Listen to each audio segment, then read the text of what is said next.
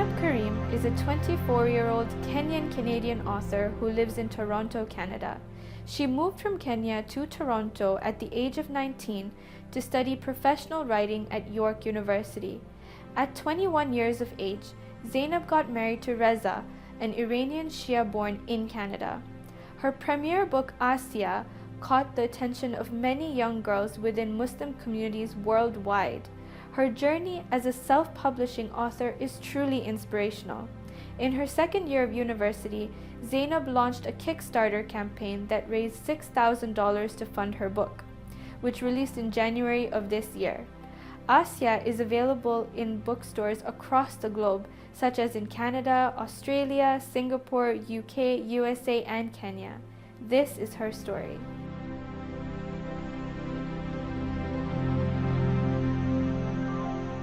I've always been a dreamer, and I thrive on reflection. So I'm always observing, looking at the people around me. And so when in high school, for me, was a very critical period of my life, because I was surrounded by people that I didn't feel connected to. And an example is that a lot of people were interested in makeup and fashion, and those were worlds that I just had zero interest in. And so for me, when I would, be spending time with my friends, I would feel very disconnected from them, because it's a bonding thing, right? When you're interested in the same things.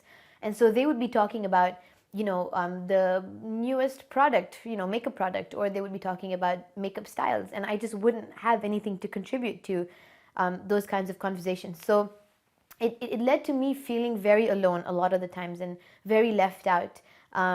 And less than, the people around me. Because obviously when you have makeup and you're good at fashion, you stand out and you look good, right? So for me, I was none of those things. And so this is where my writing really took off, because I saw my journal as my best friend. And I would write in my journal things that I would never say to the human beings around me, right? So, so for me, that was my creative outlet. That was my expression.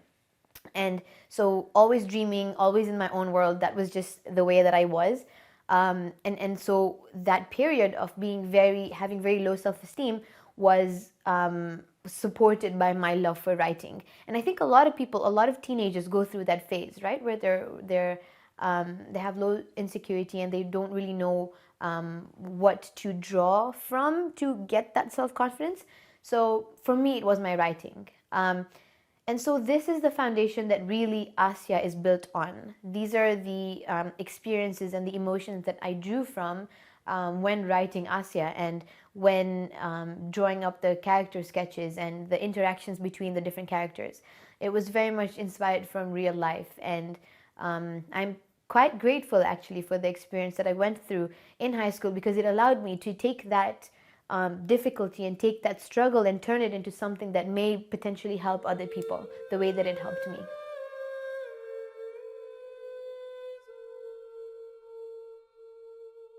I started the Kickstarter campaign, I think it was June of 2015, if I'm not mistaken. And the campaign ran for 2 months, or a month and a half. The goal was $6,000, which alhamdulillah I managed to raise. And the idea for the Kickstarter campaign was to raise awareness, first of all, that there's a project like this that I'm working on, and I wanted to know if people were interested in it. So I judged that through the amount of pre-orders I got. And so that was another thing that came out of the campaign. We had people pre-ordering the book. We had people, it just created a buzz, right? That there's someone who's going to be doing this kind of thing. It also acted as an accountability thing, where now I have the pressure to actually write, sit and write and complete this goal that I had been wanting to do for such a long time. It was always, I was always like, one day I'll do it. And, you always have to just take that first step, no matter how small it is, right? Even if it's browsing on the internet for possible options on how to self-publish a book. So my first step was the Kickstarter campaign. After the Kickstarter campaign, once the funds were transferred to me, I began finalizing my manuscript, and that's when I had my beta readers going through it. So family, friends, people who I thought would be valuable, would offer valuable feedback. Once I went through their feedback and revised the manuscript, I went for my first editor that I was able to hire due to the crowdfunding campaign.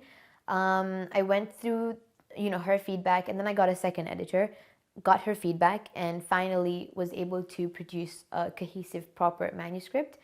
Once I had that, things, became very easy. All I needed to do was to find a book designer, interior designer, well, internal designer, who would transfer the book from a Word doc to the format of an actual fiction book. So I hired, her name was Jenny from First Choice Books in Victoria, BC. She was the one who formatted my book to fit a fiction book, and she was also my printers. So once I found my design, or my cover design, on 99 Designs. He did his name was Venanzio. He's Italian, I think. And so once I got my cover design from him, I submitted my cover design to Jenny. She formatted the book, she formatted the cover, and she sent me a sample. Once I saw the sample, made any minor changes that needed to be made, like the size of the book, etc., I approved it, and it went off for printing. So that's all the technical process that there was to it.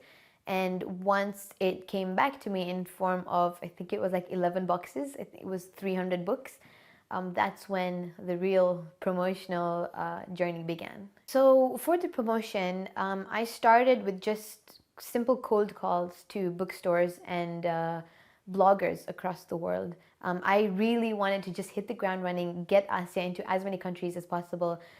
So I started contacting bookstores, Islamic lifestyle stores, and just whoever was interested, I would send them a copy, and then we would, go into the specifics of the pricing and all of that. But mainly I just started calling, and I did a lot of Instagram advertising. So I had snippets of the book in form of pictures on Instagram. I contacted bloggers, Instagram bloggers, who would do sponsored posts of the book, and that's how I tried to get the word out. I had a lot of my relatives write reviews for me, so that once they read the book and they enjoyed it, they would write a review, and that helps people make up their minds as to whether they want to buy the book, and that helps also with really getting the word out there for like, oh, there's this book out there, and it helps spreading the word.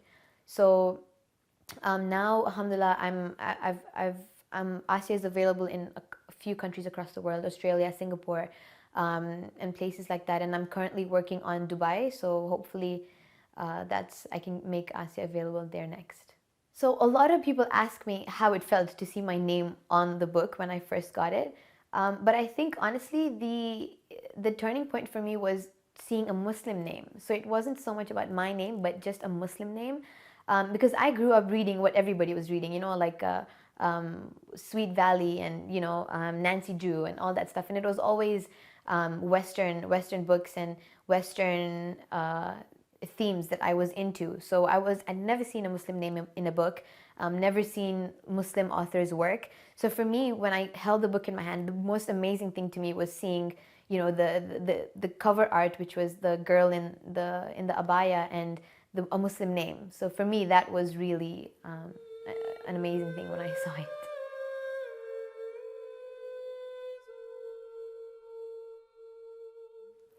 This is a question that I am very bad at answering. When people ask me, what's it about? And I'm just like, because there's so many themes that I've tackled in the book that make it very hard to put it all in one sentence.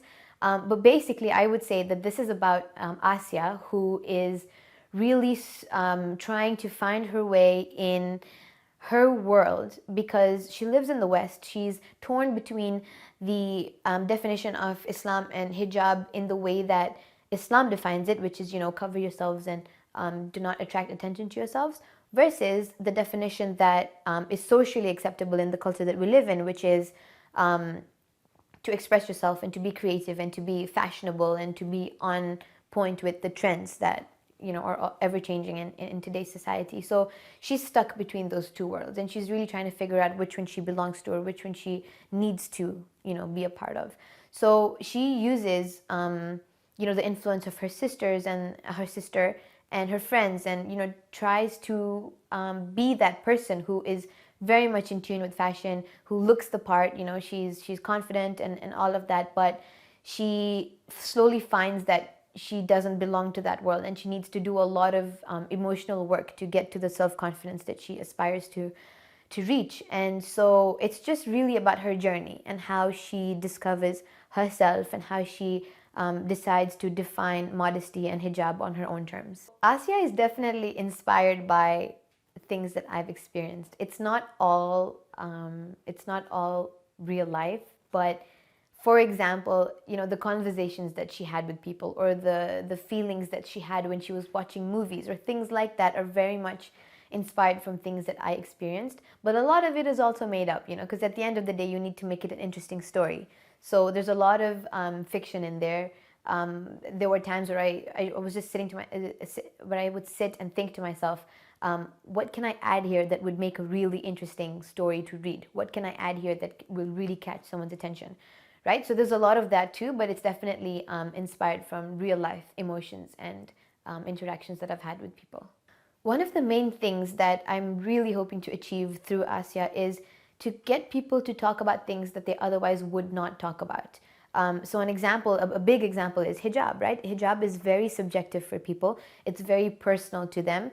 And I think because of that, it becomes a bit difficult to have conversations about it, because people get defensive, or they just take it very personally, and it makes it a very awkward conversation. And I think it's important to talk about these things, because if we have youth in our community who are struggling with hijab, who are trying to define hijab in their own ways, we need to be able to have an environment for them where they feel comfortable talking about their struggles. And I think, especially, I guess for me, I feel like I wouldn't be able to have these conversations with people, aside from my close friends, of course. And I think it's important to be able to do that. So with all the sort of like taboo topics that I've discussed in Asia, the hope is that we will become more comfortable talking about them in the larger community.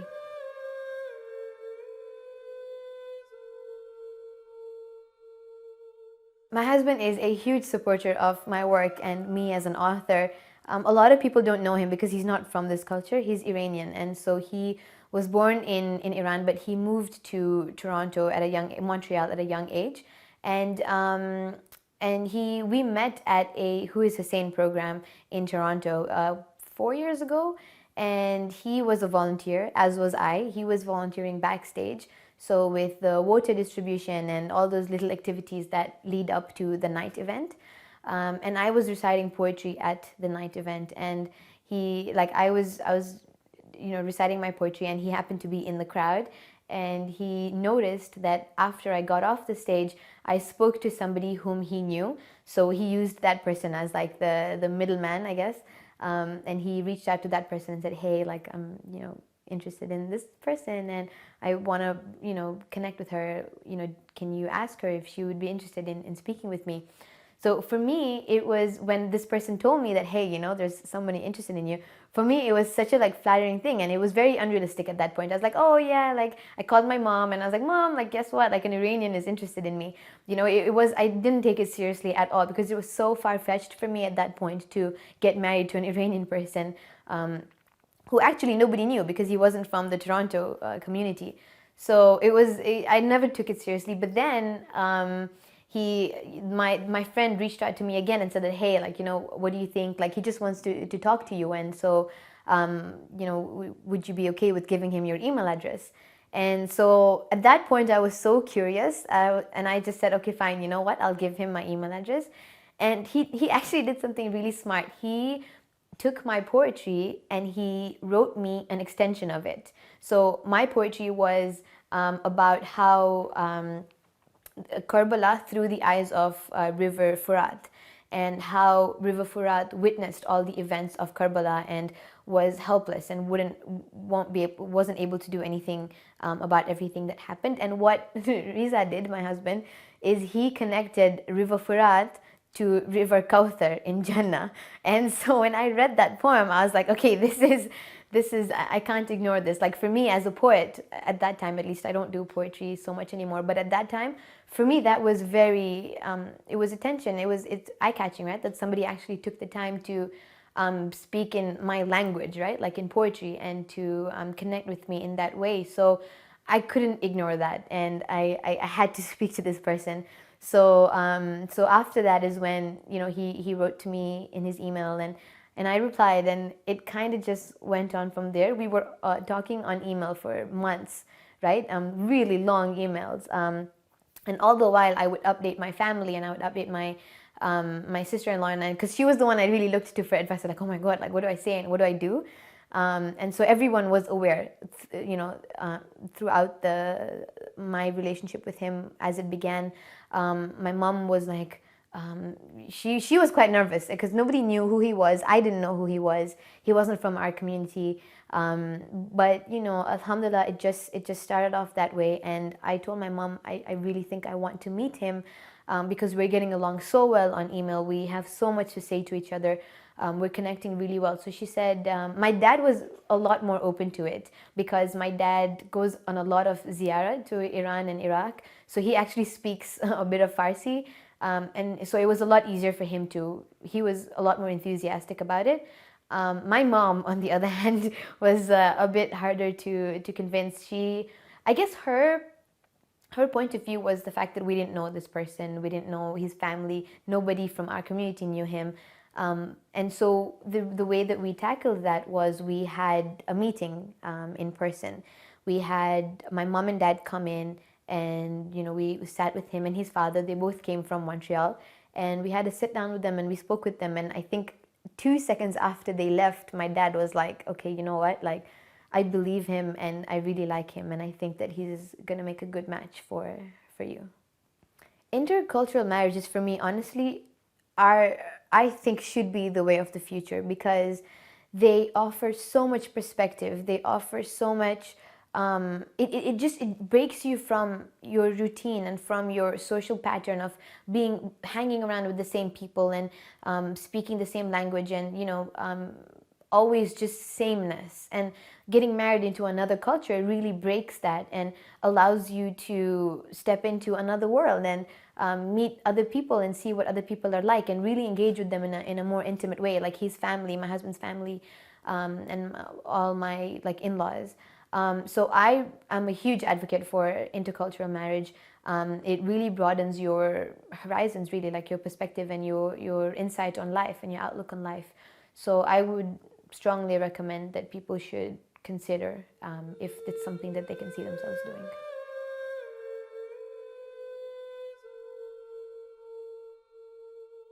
For me, I've discovered that self-improvement is probably, honestly, the purpose of life. It's the reason why we're here, to constantly reflect on our surroundings, constantly be aware of our culture, and use that to perfect ourselves. Use that to eliminate bad, you know, characteristics or things like that. So for me, I'm a big believer in reflection and observation and just being very critical about things around you. And the way that I do that, and the way that I maintain that, is being in nature. I love being outdoors. I love going, you know, biking or walking or whatever it is. And I love animals, so just going to a pond and feeding the ducks, or I have a cat at home, so that helps. But just being in touch with things that are not materialistic, right? So not going shopping. I mean, I do like window shopping, but it's just being engaged in something that allows you to connect to your inner self and your thoughts and your mind, really. And I think that helps strengthen your personality and strengthen your characteristic. So for me, being in nature allows me to constantly think about self-improvement and spiritual perfection. I learned how to bike recently, and I do it every weekend now. I go for long bikes with my husband, and it is a phenomenal way to pass your time, because you're in nature, you're far away from shopping malls and the constant chatter of just materialism and consumerism and buying stuff and clutter and that kind of thing. So I love biking next to the water or in the trees in the forest, that kind of thing. And I think it really helps me stay in touch with my mind and my constant attempt to self-improve, which I think is really the purpose of why we're here, the purpose of life. to constantly find ways that you can be better. There's a quote that I really like that says, the only person you need to be better than is the person that you were yesterday, which I think really gives a lot of insight on how competing with other people is not should not be your priority. It should just be improving yourself and just focusing on your personal journey and the way that you want to, the kind of person you want to be, right? And the kind of person you, the kind of way that you want to have an effect on the people around you. So for me, the way that I maintain that is to be outdoors, you know, to I love animals, so feeding ducks at a pond or playing with my cat at home, you know, it really helps me take a breather and just be myself and connect with my soul.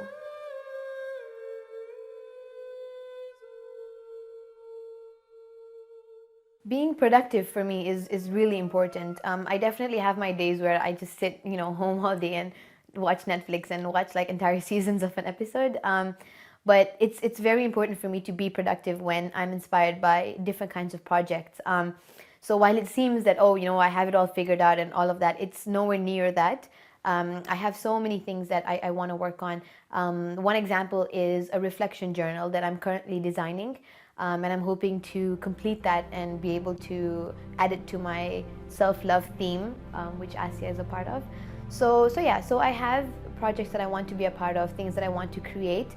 And at the end of the day, that's where life happens, right? In constant change, and that's where you can grow and really develop your personality and your impact on the world. So I constantly encourage sisters, you know, like just be inspired and create and innovate and just be excited, get excited about things and just get up and take over the world.